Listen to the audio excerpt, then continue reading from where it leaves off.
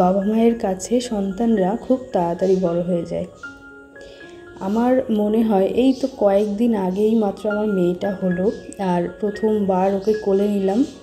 আর আমার মেয়ের ওজন যেহেতু অনেক কম ছিল, মানে নর্মালের তুলনায় কম ছিল, সেই জন্য তখন দেখে মনে হতো ছোট্ট একটা পুতুল। এখনও যখন ওর ছোটোবেলাকার জামাগুলো দেখি, সেইগুলো দেখলে মনে হয় সত্যি একটা পুতুলের জামা। তো যাই হোক, এগুলো বলছি কারণ আজকে হলো মানে 20 এপ্রিল হলো আমার মেয়ের জন্মদিন। আর দেখতে দেখতে 7টা বছর সে পার করে ফেললো। তো 7 বছরের জন্মদিন ছিল এইটা। তো সেইটারই ভাবলাম একটা স্মৃতি হিসাবে একটা ছোট্ট ব্লগ বা ভিডিও করে রাখি। তো সকালবেলায় দেখো সকালের রান্না বান্না করে নিয়েছি, আর তারপরে যেটা করছিলাম সেটা হচ্ছে জন্মদিনের মূল খাবার বা আমাদের বাঙালিদের প্রধান খাবার, সেটা হচ্ছে পায়েস। জন্মদিন আর পায়েস হবে না সেটা তো হতেই পারে না। তো সেই জন্য আমি দেখো এখানে 1 লিটার মতো দুধ নিয়ে নিয়েছি, আর এইদিকে 100 গ্রাম মতো গোবিন্দভোগ চাল নিচ্ছি। যদিও চালটা আমার একটু বেশি হয়ে গিয়েছিলো, আর একটু কম নিলে ভালো হতো।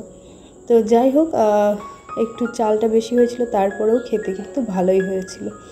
আর যেহেতু রান্না করার পর পায়েসটা ফ্রিজে রেখেছিলাম, তো একটু জমে গেছিলো। তো যাই হোক, এই যে দেখো আমি এখন চালটা ধুয়ে নিচ্ছিলাম, আর ওইদিকে বেসিনটাকে একটু ইগনোর করো, কেননা সকালে রান্নাবান্না করার পরেই পায়েসটা আমি বসিয়ে দিয়েছিলাম, কারণ ভাবছিলাম যে পায়েসটা করে আগে ওকে একটু খাইয়ে দিই, কেননা ওর বাবাও বেরিয়ে যাবে। তো সেই জন্য পায়েসটাকে বসিয়ে দিলাম। আর এই দিকে দেখো আমি পনিরটা কেটে নেব।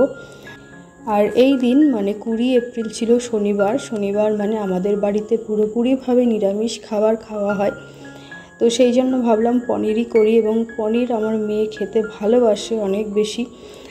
তো সেই জন্য পনির রান্না করছিলাম। খুব বেশি কিছু রান্নাবান্না করব না, কেননা প্রচণ্ড রকমের গরম, আর এই গরমে বেশি খাবার বা রিচ খাবার খাওয়াটা ঠিক নয়। তো সেই জন্য হালকা খাবারই করব। তো এইদিকে দেখো পনিরের তরকারিটা করব, আর 5 রকমের ভাজা করব, এবং সকালে যে ডালটা করেছিলাম সেটা একটু বেশি পরিমাণে করেছি, যেটা দুপুরবেলাতেও হয়ে যাবে। এবং চাটনিটা আগেই করা ছিল, আর পাঁপড় ভেজে রেখেছিলাম, আর পায়েস, দই, মিষ্টি, আর কিছু চিপস চকলেট আছে সেইগুলো। তো সামান্য আয়োজন, কারণ গরমে বেশি কিছু খেতে ভালোও লাগে না, প্লাস খাওয়াটাও ঠিক নয়। আর যেহেতু মেয়ের শরীরটা সবেমাত্র ঠিক হয়েছে, তো তাই জন্য খুব বেশি রিচ খাবার করিনি। তো দেখো এদিকে পায়েসটা আমি বসাচ্ছিলাম, আর চালটা দিয়ে দিলাম। চালটা একটু সময় ভিজিয়ে রেখেছিলাম, আর তারপরে দিচ্ছি। তো একটু সময় ভিজিয়ে রাখলে তাড়াতাড়ি সেদ্ধ হয়ে যায় চালটা। যদিও গোবিন্দভোগ চাল বা আতপ চাল এইগুলো কিন্তু একটু তাড়াতাড়ি সেদ্ধ হয়, মানে অনেক তাড়াতাড়ি সেদ্ধ হয়ে যায় গোবিন্দভোগ চালটা। আর ভিজিয়ে রাখলে তো আরও তাড়াতাড়ি হয়ে যায়। তো সেই জন্য ভিজিয়ে রেখেছিলাম একটু সময়, আর তারপরে দেখো দুধের মধ্যে দিয়ে দিলাম, এবং তারপরে এর মধ্যে এলাচ গুঁড়ো করে দিয়েছিলাম, আর তারপরে চিনি দিয়ে কিছুক্ষণ জাল দিয়ে সবশেষে কাজু কিশমিশ দিয়ে এটাকে নামিয়ে নিয়েছিলাম। তো সকালের রান্নাবান্না কমপ্লিট করার পর তারপরে দুপুরে রান্নাবান্না করছি। তো দুপুরে বেশি কিছু রান্না করার ছিল না, ওই তো 5 রকমের ভাজা ছিল, ভাতটা ছিল, এবং এই যে পনিরের তরকারিটা বসিয়েছি, তো এইটা ছিল। তো এই তো তারপরে এগুলো রান্নাবান্না হয়ে গেলেই মেয়েকে খেতে দেবো। আর এই দিকে দেখো 5 রকমের ভাজা আমি করে রেখেছি, আলু ভাজা, কলা ভাজা, পটল, বেগুন, আর ভেন্ডি বা ঢ্যাঁড়স। আর এদিকে দেখো আমের চাটনিটা রয়েছে, যেটা গতকালকে বেশি পরিমাণে করে রেখেছিলাম, এবং ডাল রয়েছে। আর এদিকে পায়েস, যে বললাম পায়েসের চালটা একটু বেশি হয়ে গেছিলো, আর এটা মেয়ের জন্য আগে তুলে রেখেছিলাম। তো যাই হোক, এই হলো মেনু, আজকের জন্মদিনের মেনু। এবং রাতে অন্য কিছু হবে, রাতে তরকারি থাকবে, পায়েসও থাকবে, প্লাস অন্য কিছু করব। তো এই তো। আর এই যে দেখো দুপুরবেলায় রান্না করার পর সব সাজিয়ে নিয়েছি প্লেটে, থালায়, বাটিতে। আর শর্ট ভিডিও একটা শ্যুট করছিলাম, তো সেই জন্য ওখানে সাজিয়েছিলাম। আর তারপরে মেয়ে চলে আসলো ঘরে, ডাইনিং টেবিলে বসে আর খাবে না বলছে, ও বলছে টিভি দেখতে দেখতে খাবে। তো সেই জন্য ঘরেই সাজিয়ে দিলাম, এখানেই বসালাম। এই যে দেখো সব কিছু আলাদা আলাদাভাবে সাজিয়েছি। আর এইদিকে 5 রকমের ভাজা। যদিও আমাদের মধ্যে বা আমাদের বাড়িতে এই নিয়মটা নেই যে 5 রকমের ভাজা দিতে হয় বা অন্য কোনো কিছু। আমাদের মধ্যে শুধু একটু আশীর্বাদ করে পায়েসটা খাওয়াই, এইটুকুই। তারপরে আমি করি 5 রকমের ভাজা দিয়ে একটু খাইয়ে দিই, কারণ আমার ভালো লাগে এই জিনিসটা। তো ভালো লাগে করতে, সেই জন্য আমি একটু করে দিই, 5 রকম ভাজা করে দিই। তো সব রকম ভাজা একটু একটু নিয়ে এই যে ভাতটা একটু খাইয়ে দেব। এটা সম্পূর্ণ আমার নিজের ইচ্ছে অনুযায়ী করি, আমাদের বাড়িতে কিন্তু এই নিয়মটা নেই। তো যাই হোক, তারপরে দেখো একটুখানি খাইয়ে দেওয়ার পর তারপরে ডাল দিয়ে একটু মেখে দেব। ও বলছিল মেখে দাও। তো এই যে টক ডাল করেছিলাম সকালবেলা আম দিয়ে, তো সেইটাই, যদিও ও টক ডালটা খুব একটা পছন্দ করছে না দেখছি যা, তো তারপরেও একটুখানি দেখো ডাল দিয়ে মেখে দিলাম। আমটা খাবে না বললো, সেই জন্য আর দিইনি। তো এবার ও খেয়ে নিক, তারপর খাওয়া হয়ে গেলে তারপরে আমরা খাওয়া দাওয়া করব এবং তারপরে ফিরে আসবো রাত্রিবেলায়। তো রাত্রিবেলায় কি করি না করি সবটাই শেয়ার করব, তো দেখতে থাকো। এই যে দেখো রাত্রিবেলায় চলে আসলাম। রাত্রিবেলায় দেখো আটা ময়দা মিশিয়ে মেখে রেখেছিলাম বেশ অনেকক্ষণ আগে। তো আশা করছি দেখে বুঝতেই পারছো এটা দিয়ে কী বানাবো। তো যেটা বানাবো সেটা হচ্ছে লুচি। তো পায়েস আছে, লুচি তো করতেই হয়, আর তরকারিটাও রয়েছে, একবারে রাতের জন্য করে রেখেছি। আসলে কি হয়, এই গরমে না বেশিক্ষণ রান্নাঘরে থাকা যায় না, খুব অস্বস্তি হয়।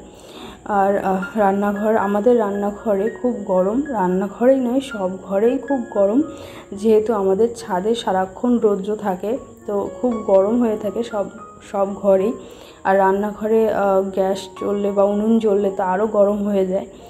তো এইদিকে দেখো আমি আটাটা মেখে রেখেছিলাম বেশ অনেকক্ষণ আগে, তারপরে এটাকে বেলে লুচিটা ভেজে নেব।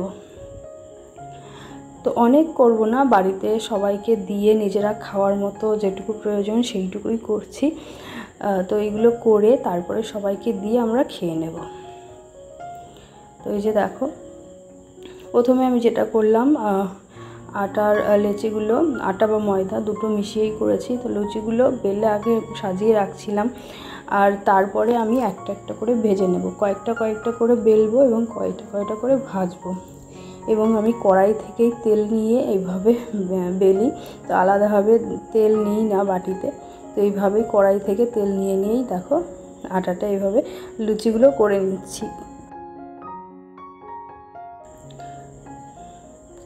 তো কয়েকটা বেলে নিলাম, বেলে নিয়ে তারপরে এখন ভাজবো। এবং লুচিগুলো বেশ ভালোই হয়েছিল, বেশ ফুলকো ফুলকো লুচি হয়েছিল এবং নরমও হয়েছিল। তো ভালো করে ময়াম দেওয়াটাই আসল। আমরা যে লুচির যে ডোটা বানাই, সেটা লবণ, চিনি এবং তেল দিয়ে, সাদা তেল দিয়ে খুব ভালোভাবে ময়াম দিয়ে তারপরে আবার তেল দিয়ে মাখিয়ে কিছুক্ষণ রেখে দিলে সেইটা কিন্তু নরম হয়।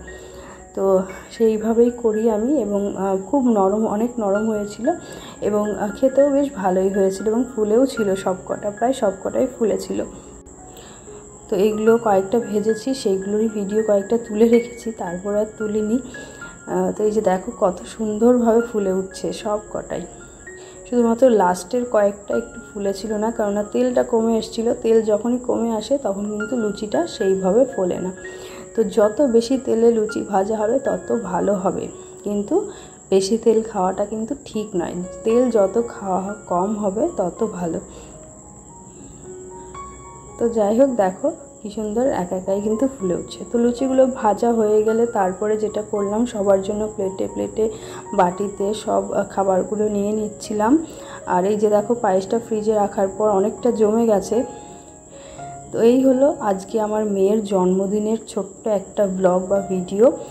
তো ভিডিওটি যদি তোমাদের প্রথম থেকে শেষ পর্যন্ত ভালো লেগে থাকে তাহলে একটা লাইক করে দিও এবং কমেন্টের মাধ্যমে নিজেদের মতামতটা আমাকে অবশ্যই জানিও। সবাই খুব ভালো থেকো, সুস্থ থেকো। আজকের মতো ভিডিওটি আমি এখানেই শেষ করব। দেখা হবে নতুন আরও একটা ভিডিওতে খুব তাড়াতাড়ি। ততক্ষণের জন্য tata, bye bye, Radhe Radhe.